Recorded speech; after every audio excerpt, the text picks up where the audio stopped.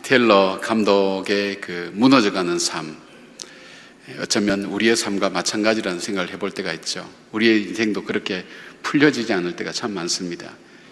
연속해서 계속해서 게임을 지고 최선을 다했지만 그 최선의 결과가 아무런 소득이 없이 패배로 끝날 때 우리 속엔 패배감이라는 것이 우리 마음속에 쌓여져 가고 자신감을 점점 잃어버립니다. 게다가 좋은 선수들은 다른 학교로 전학가면서 그는 늘 이겨왔던 팀에게까지도 치니까 최악의 상태에까지 빠지게 됩니다. 그리고 자기를 돌아봅니다. 자기를 돌아보니까 모든 것이 자기를 통해서 이루어진 잘못이라는 것을 자책하게 됩니다. 차도 제대로 하나 사지 못해서 늘 고장나는 차를 아내한테 태워줘야 되고, 그리고 자기 직장마저 이젠 쫓겨나야 될 형편에, 그리고 코치와 선수들과 학부모에게 신뢰도 잃어버리고, 또 이제는 아이를 갖지 못하는 것이 자기 원인이라는 그런 이 판정을 받고 그는 심한 좌절감 속에 빠지게 됩니다. 그 어려움을 어떻게 헤쳐나갈까요? 그도 해결할 수 없는 자기 안에 커다란 거인이 있다는 것을 발견하게 됩니다. 그는 벼랑에 선 심정을 가지고 하나님 앞에 나갑니다. 숲속에 하나님 앞에 서면서 자기가 지금까지 믿어왔던 그 하나님, 그렇게 마음을 다해 한 번도 간절히 불러보지 못한 그 하나님을 향해 그는 마음을 다해 간절하게 그렇게 부르짖습니다. 하나님, 내가 어떻게 해야 됩니까? 내 상황이 점점 이렇게 되어갑니다. 하나님의 뜻이라면 받아들이겠습니다. 그러나 주님은 나의 목자가 되지 않았습니까? 이 상황에서 내가 어디로 가야 될지 목자 되신 주님께서 알려달라는 그 간절한 기도 끝에 자기 속에 어떤 문제가 있는 것을 발견하게 됩니다. 그것은 실패와 그리고 끊임없는 자신감의 결여와 패배감으로 자기 속에 어느새 자기도 모르는 사이 커다란 거인, 두려움이라는 거인이 자기 안에 있다는 것을 발견하게 됩니다. 실패하면 어떻게 할까? 잘못되면 어떻게 할까? 이게 잘 안 되면 어떻게 할까? 그런 마음들이 어느새 자기 속에 자기도 감당하지 못할 커다란 거인이 되어서 자기 인생을 누르고 있고 자기를 붙들고 있고 자기로 하여금 꼼짝달싹 못하게 하고 있다는 것을 알게 됩니다. 자기가 이길 수 있는 상대가 아니었습니다. 그래서 하나님 앞에 다시 기도합니다. 하나님, 제게 정말 믿음이 필요합니다.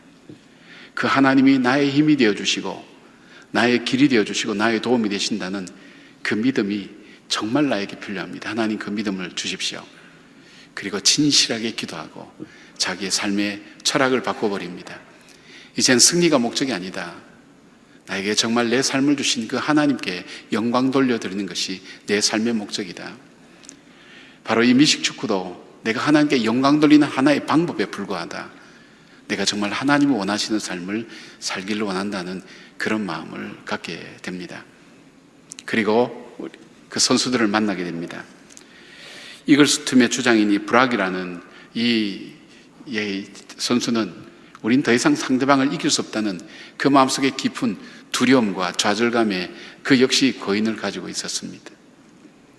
그래서 그 선생님은, 이 감독은 이 선수를 나오라고 그럽니다. 더 이상 할 수 없다고 포기하는 그에게 데스크로얼이라고 부르는데 이게 뭐냐면 사형집행과 같은 최악의 훈련인데, 그것은 60kg 되는 사람을 등에 업고 보통 30야드 정도, 미식 축구 선수들이 하는 훈련의 아주 혹독한 방법입니다. 30m를 이렇게 이 발과 손으로만 걸어가는 것, 무릎 대지 않고 그렇게 해서 힘을 기르는 그런 훈련을 말합니다. 근데 블락에게 50m를 가라고 얘기합니다. 최선 다해보겠다고. 그런데 혼자서 할 수 있다고 그러는데 혼자가 아니라 제레미라는 아이를 업고 가라고. 그리고 눈을 가려버립니다. 그가 보는 것, 그가 마음속에 자기 한계라고 생각해 선을 그었던 그것에서부터 이 감독은 차단시킵니다. 그리고 그 옆에 같이 서게 됩니다. 눈을 가리고 그에게 방향을 지시해 주면서 그로 하여금 가게 만듭니다. 마음속에서 끊임없이 한계라고 생각하는 그 얘기가 끊임없이 이 아이로 하여금 주저앉게 만들지만 아니라고 절할 수 있다고, 너는 지금보다 더 잘할 수 있다고, 조금만 더 하자고, 그리고 나는 너를 필요로 한다고, 우리는 너를 귀하게 여긴다고, 그렇게 그를 끊임없이 격려합니다. 마지막 순간까지 그는 퍼져버립니다. 그리고 눈을 떠서 내가 50m를 왔나요? 보니까 엔드존이라고 그러는 50m가 아니라 경기장 끝까지 오게 된 겁니다. 불가능한 일들이 일어나게 된 거죠. 어떤 아이들이 다 일어나서 심각하게 바라봅니다. 그 불나기의 문제는 불나기만의 문제가 아닙니다. 그리고 이 아이들과 대화를 합니다. 자신의 변화, 내가 정말 하나님을 정말 믿는다. 그리고 우승이 목적이 아니다. 우리는 하나님 앞에서 하나님의 영광을 위해서 살자. 그리고 이 미식축구도 하나님의 영광을 올려드리는 작은 부분에 불과하다고. 그래서 우리는 미식축구뿐 아니라 우리의 삶에도 변화가 필요하다고. 가정에서도 클래스룸에서도 우리가 인간관계 속에서도 하나님께서 영광 받으시는 바로 그 일들을 위해 살아야 된다고. 이 아이들 마음속에 깊은 울림이 됩니다. 그리고 이 울림은 아이들의 삶을 바꿔놓습니다. 부모에게 반항하는 청소년, 그 아이들이 부모에게 순종합니다. 찾아가서 사과합니다. 그리고 성적이 뛰어나게 놀랄만하게 달라집니다. 싸우는 아이들 관계가 달라집니다. 이 마을에서 이런 어떤 일들이 학교에서 일어나고 아이들이 변화가 일어나니까 거기에 감동받은 학부모가 몰래 이 선생님에게 새 차를 사드리게 됩니다. 그리고 불임이라고 했던 이 가정에 아이가 생기면서 이제 새 팀을 꾸미게 되었다고 그렇게 하는 얘기를 듣게 되었을 것입니다. 이글스 팀이 그렇게 하면서 이제 최악의 팀, 적어도 다른 팀보다 숫자가 3분의 1밖에 되지 않은 그 팀 가지고 계속해서 결승까지 올라갑니다. 이 기적 같은 일입니다. 그 결승에 임할 때 그런 얘기를 합니다. 우리가 마지막까지 하나님 영광을 위해서 하고, 우리가 중간에 우리가 한계라고 생각해서 포기하지 말자. 우리 안에 있는 두려움을 우리는 극복하자. 그리고 우리가 여기까지라고 얘기할 때 그 하나님께 우리는 도움을 구하자. 그리고 느헤미야 얘기를 하면서 성을 쌓는 얘기를 하면서 그 전술들을 거기에서 찾아내게 됩니다. 그리고 시합날이 되었습니다. 시합날이 되어서 전세가 너무 탁월한 팀이니까 한 번도 져본 적이 없고 4년 동안 연속 우승했던 팀이고 하니까 너무나 무시했지만, 그날 마지막 순간에 기적처럼 한 점이 지고 있는 순간에 2분 정도의 시간이 남았습니다. 그때 상대편이 어떻게 할 것인가 할 때 그들은 또 공격하는데 결국 볼을 차야 이제 점수가 2점이 올라가는데 볼을 차지 않고 그냥 공격하겠다고 하는데 그 공격을 막아냅니다. 그리고 오히려 그 공격 속에서 반대로 공격하게 되면서 2초를 남겨두고 한 51m를 앞에 두고 있습니다. 거기서는 공을 찰 수가 있습니다. 근데 후보 선수로 있던 데이빗을 불러냅니다. 데이빗은 약한 아이입니다. 아버지가 교수인데 어머니는 보이지 않고요. 아버지가 하반신 마비 장애인이었습니다. 그 아버지가 보러 왔습니다. 중간중간에 이렇게 손을 흔드는 장면이 보였을 겁니다. 그 아들이 자신 없어서 나는 최고가 39m예요. 51m는 불가능해요. 그 감독이 얘기합니다. 너는 약하지만 하나님께서 너와 함께 할 거야. 그러니까 두려워하지 말고 최선 다하자. 네 안에 있는 못한다, 약하다, 안 된다는 그 거인과 싸우라고 그렇게 얘기를 합니다. 근데 갑자기 바람이 이쪽으로 불다가 반대편으로 불기 시작합니다. 지금이야, 빨리 차. 그럴 때 그 아버지가 어떤 장면을 보여주는가 하면 휠체어에서 그 철망을 잡고 스스로 일어서는 모습을 아들에게 보여줍니다. 그 아들 마음속에 드디어 그런 기도를 합니다. 하나님, 저에게 힘을 달라고. 그리고 그 감독의 지시를 따라서 공을 찼는데 51m를 넘어가게 되었습니다. 그리고 승리하게 되는 것을 말합니다. 여러분, 오늘 이 영화를 통해서 이 팀이 새로워질 수 있는 것은 감독 한 사람만의 문제는 아니지만 그 속에 있는 자기가 길러놓은 큰 두려움이라는 그 두려움을 극복했기 때문입니다. 우리는 인생을 살아가면서 이 두려움을 떨칠 수가 없습니다. 우리에게 상처가 되고 우리가 스스로 포기했던 나의 한계, 환경 때문에 포기하고 내 안에 있는 그 두려움 때문에 포기했던 그 두려움이란 거대한 거인이 우리 안에 살고 있는 것을 보게 됩니다. 이 두려움을 우리가 이기지 않는 이상은 우리는 우리의 한계를 벗어날 수가 없습니다. 오늘 우리가 읽었던 골리앗과 다윗의 이야기는 여러분들도 잘 아시는 이야기입니다. 다윗이 어떻게 골리앗을 이길 수 있었을까요? 불가능한 얘기가 아닙니까? 어떻게 조그마한 꼬마가 3m 되는 그 어른을 그 거인을 이길 수 있었을까요? 다윗은 그 이김의 비결을 이렇게 얘기합니다. 다윗이 블레셋 사람에게 이르되 너는 칼과 창과 단창으로 내게 나오거니와 나는 만군의 여호와 이름 곧 내가 모욕하는 이스라엘 군대의 하나님 이름으로 내게 나가노라.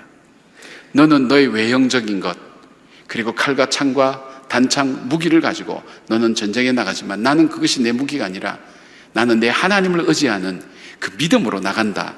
그 믿음이 바로 그 거인을 쓰러뜨릴 수가 있었던 것입니다.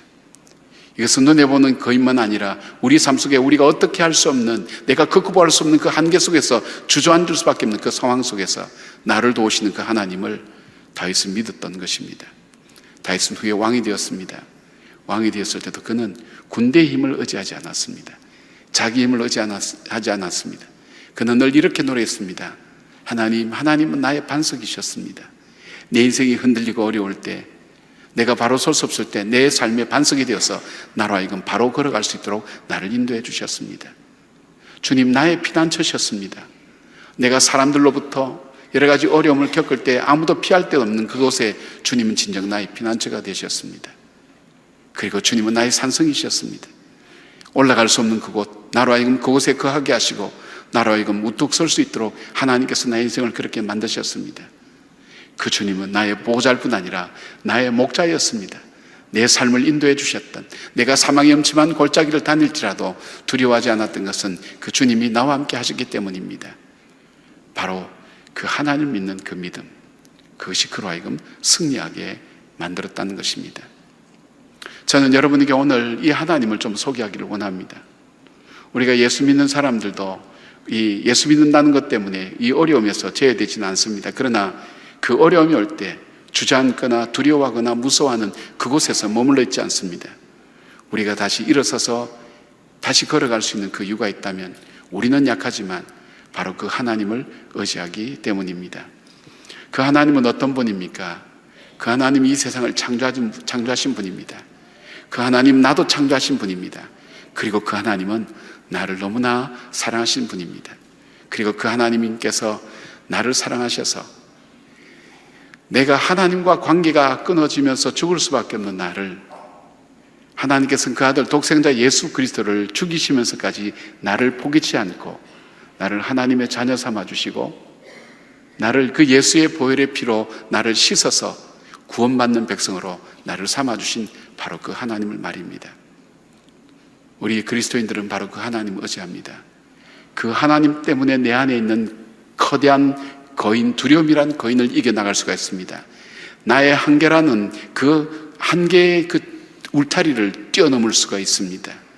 나는 할 수 없다는 패배감을 딛고 일어서서 우리의 걸림돌을 디딤돌로 삼는 이유가 바로 하나님을 믿는 그 믿음이 있기 때문입니다. 여러분도 이 하나님을 여러분의 하나님으로 믿지 않으시겠습니까? 하나님과 어떻게 하면, 나에게도 그 하나님이 필요합니다. 하나님과 어떻게 관계를 가질까요? 하나님을 내가 어떻게 만나나요? 할 때 우리는 하나님께 나갈 수가 없습니다. 하나님께서 우리를 찾아오셨고 우리에게 그 하나님 만나는 방법을 알려주셨습니다. 굉장히 쉬운 방법입니다. 그래서 내 마음속에 하나님께서 살아계심을 나는 믿습니다. 그리고 나는 그 하나님이 필요합니다. 하나님, 내 인생에도 하나님이 필요합니다. 저 감독뿐 아니라, 저 아이들뿐 아니라, 저 데이빗이라는 저 나약한 아이들뿐 아니라, 어쩌면 나의 모습입니다. 내 안에 있는 현실이라는 그 거대한 거인이, 나에게 패배감과 그리고 좌절감이라는 그 두려움이라는 거대한 거인이 나로 하여금 앞을 나가지 못하게 막고 있습니다. 내가 그 앞을 나가서 나를 막고 있는 그것을 뛰어넘을 수 있는 그 힘이 나에게 필요합니다. 다윗에게 주셨던 그 힘, 그 용기와 힘, 죄 씻음 받은 자의 용서함, 그 감격과 기쁨, 새 소망 가운데 걸어가는 그 소망이 나에게 필요합니다. 하나님, 나에게 주님의 그 능력이 필요합니다. 이렇게 우리가 입으로 고백할 때 주님께서는 우리의 하나님이 되어주시고 우리의 삶 속에 들으셔서 우리를 인도해 주십니다.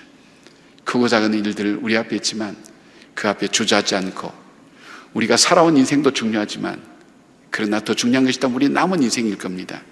지금 이 시간은 우리 일평생 다시 돌아오지 않는 시간입니다. 처음이자 마지막 시간입니다. 이제 내 남은 삶은 어떻게 살 것인가? 현실 속에서 한계의 울타리 안에서 그 거대한 두려움이 휘두르는 방망이 앞에서 꼼짝하지 못하고 숨어서 다니는 그런 인생으로 살 것인가? 아니면 내 한계를 뛰어넘고 두려움이라는 거인을 물리치며 나를 능하게 하시고 가능케 하시는 그 하나님을 의지해서 내 삶의 새로운 역사를 써갈 것인가? 그것은 여러분의 몫입니다. 이 시간 우리가 잠깐 눈을 감으십시다. 혹시 오늘 여러분들 중에 하나님이 살아계신 믿습니다. 나도 그 하나님 필요합니다. 내가 정말 그 하나님 필요합니다.